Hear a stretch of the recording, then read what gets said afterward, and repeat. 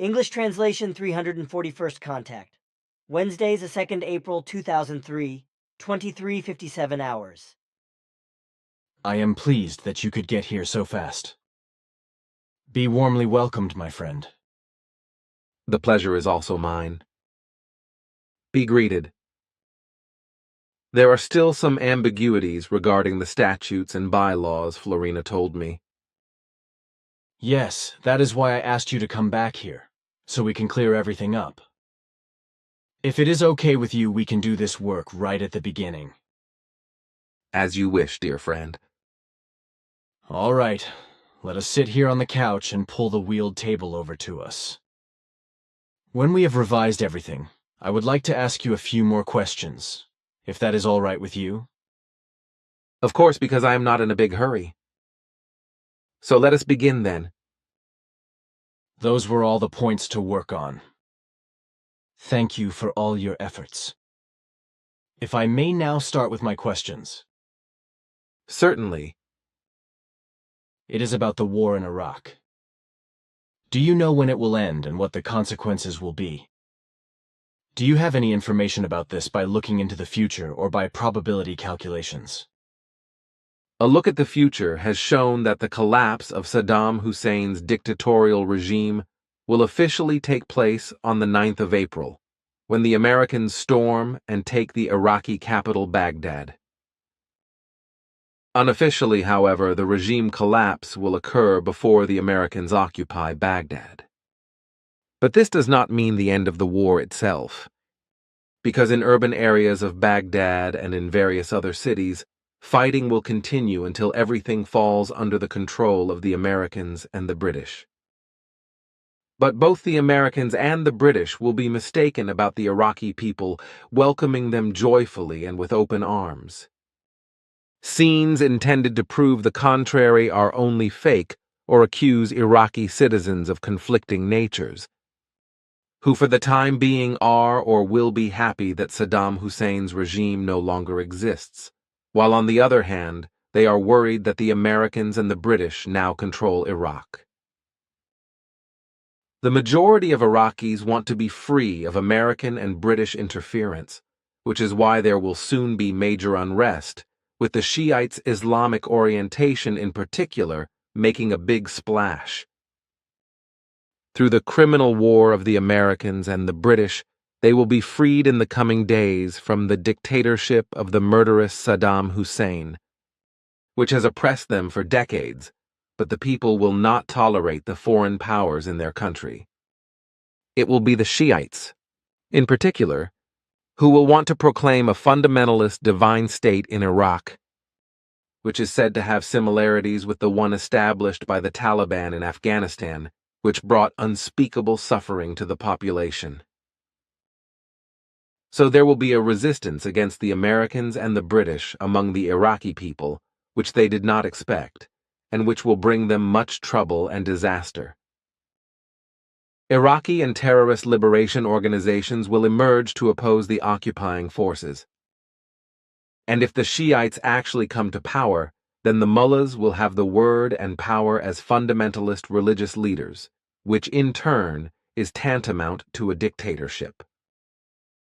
But how the whole thing will turn out in the end, we have not yet explored, so I cannot yet give an explanation.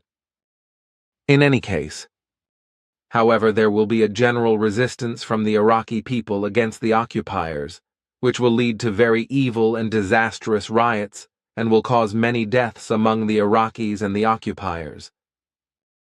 America will also make threats against other countries, especially Syria, etc., because America is becoming more and more open in its role of seeking world domination, which will create bad blood in many places, especially in the Islamic countries, with the Arab countries leading the way.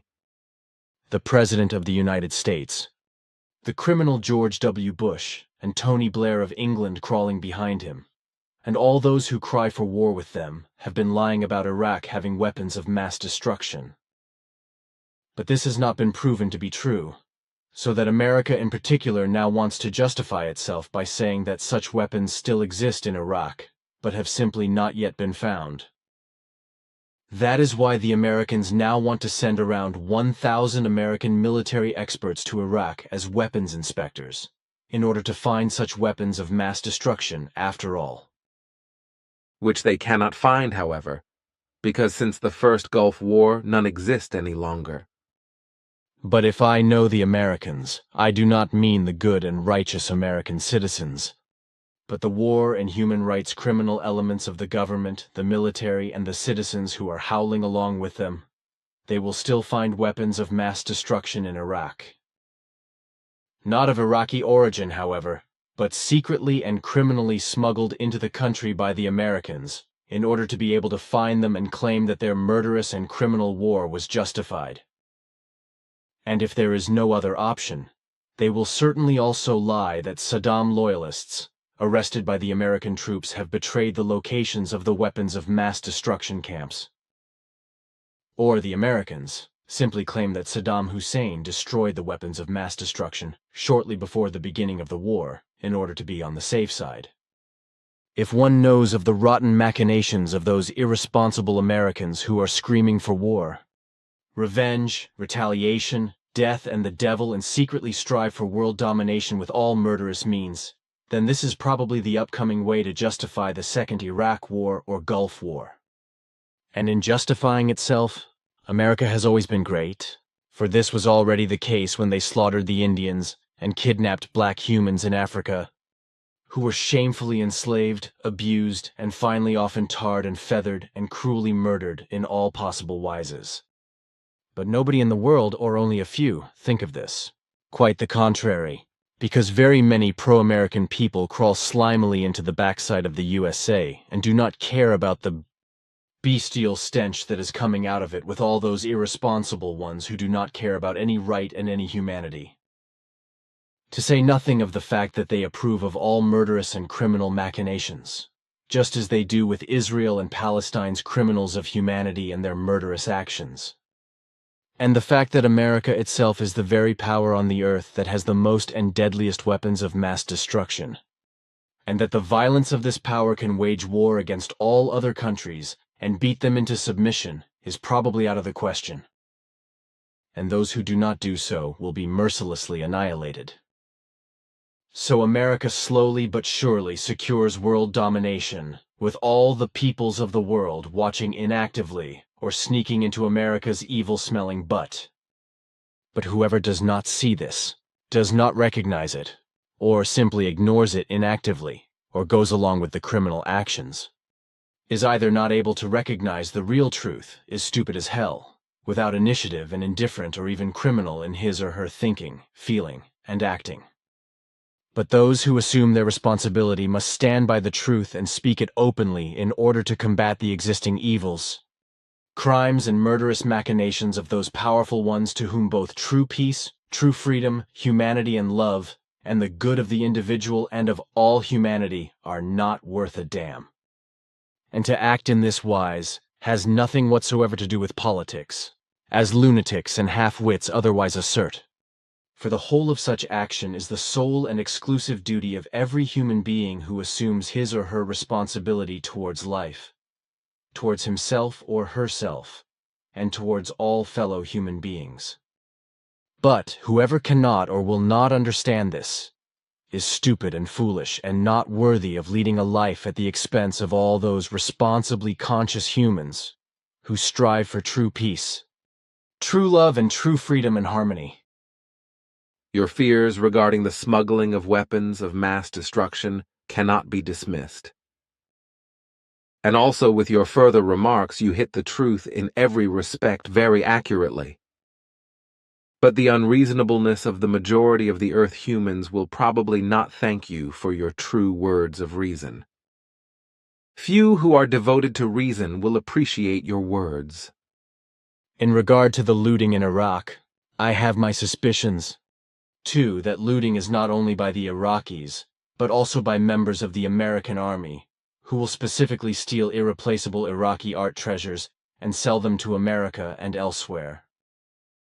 Your assumption corresponds to a fact, because such machinations has taken place by American and British soldiers since the beginning of the war, but of course this is concealed. Then another question regarding SARS. Is this the disease Ta was talking about on the 3rd of February 1995? That is of correctness. And do you know what the origin of this disease is and where it comes from? Yes, we have clarified these matters. The fact is, which will of course be vehemently denied by China, that this lung disease was caused by experiments in a secret laboratory for biological weapons in the southern Chinese province of Guangdong. The pathogen is a coronavirus mutation that was released in a laboratory accident and transmitted to humans. The newspapers are talking about a plague and epidemic. Does this term correspond to what the disease is? No, it cannot be spoken of a plague or an epidemic, because for the time being, despite the virus mutation, it is an actual disease. However, there is a risk that the disease can quickly become uncontrollable and spread if rapid and containment measures are not taken. If this does not happen, there is little that can be done to counteract the disease. The whole situation is made worse by global tourism and trade in goods, which can spread the disease worldwide. It will probably have dire consequences and become a disaster if nothing decisive is done, and if a drug is not soon found that can cure the disease or be effective as a vaccine. There is a very good chance that the whole thing will take on bad forms or end quickly. Then there is a lot to be anticipated in this regard. Then another question. Can you tell me how high above Earth our tiny monitoring disk floats? That is no secret. The latest device is in a stationary orbit at an altitude of 867 kilometers, measured from the middle surface of the Earth. Aha, it seemed to me that it was about 800 kilometers. Now tell me, do you have any knowledge of what North Korea actually wants in terms of resuming its nuclear program? Are they really going to produce nuclear weapons, or are they just going to build nuclear reactors? Secretly, North Korea has had nuclear weapons for years. But this could be concealed so far because no official tests were carried out. Oh, I see. Yes, but now, my friend, I would like to talk to you in a different and purely private wise. Suit yourself. At the moment, I have no further questions to ask.